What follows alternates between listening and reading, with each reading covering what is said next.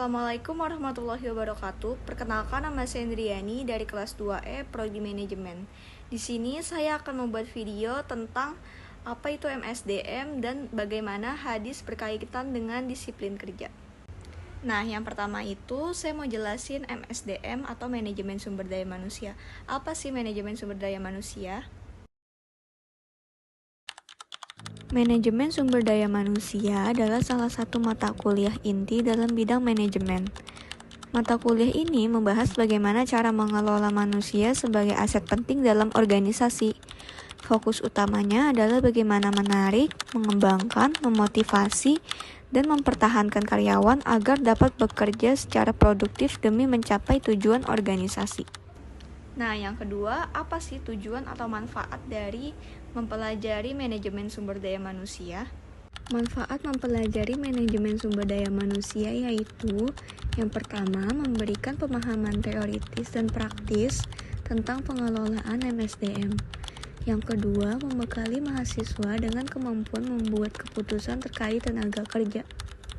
Yang ketiga, melatih seseorang agar memahami peran strategi sumber daya manusia dalam keberhasilan organisasi.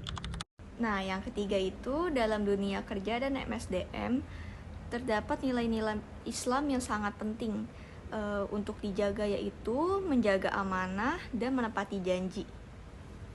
Nah, salah satu hadis yang berkaitan dengan amanah dan janji dalam dunia kerja itu ada dari hadis riwayat Ahmad nomor 1257. Bunyi hadisnya yaitu tidak ada iman bagi orang yang tidak bisa dipercaya, menjaga amanah, dan tidak ada agama bagi orang yang tidak menepati janji. Hadis riwayat Ahmad nomor 1257.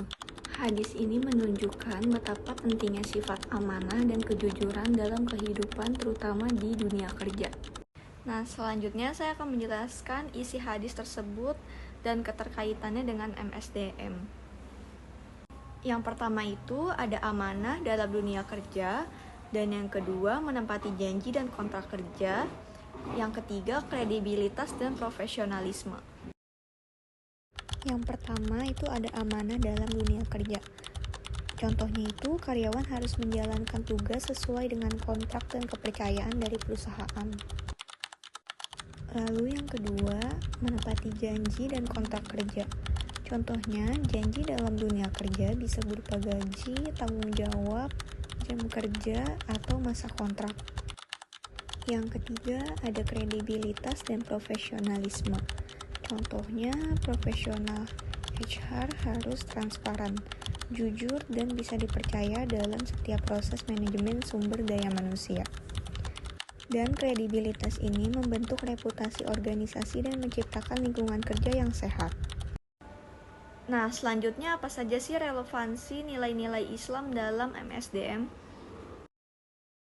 Relevansi nilai-nilai Islam dalam MSDM yang pertama, amanah integritas pribadi, sangat penting untuk penilaian kinerja dan promosi. Yang kedua, janji atau kontrak kerja, dasar hubungan kerja antara perusahaan dan karyawan. Yang ketiga, HRD harus menjadi teladan dalam etika kerja dan kepatuhan terhadap aturan. Nah, yang terakhir itu ada kesimpulan. Kesimpulan dari MSDM yaitu tidak hanya mengajarkan teori manajemen, tetapi juga membentuk karakter dan etika kerja. Melalui nilai-nilai Islam seperti menjaga amanah dan menepati janji, kita diajarkan untuk menjadi profesional dan berintegritas, jujur dan bertanggung jawab.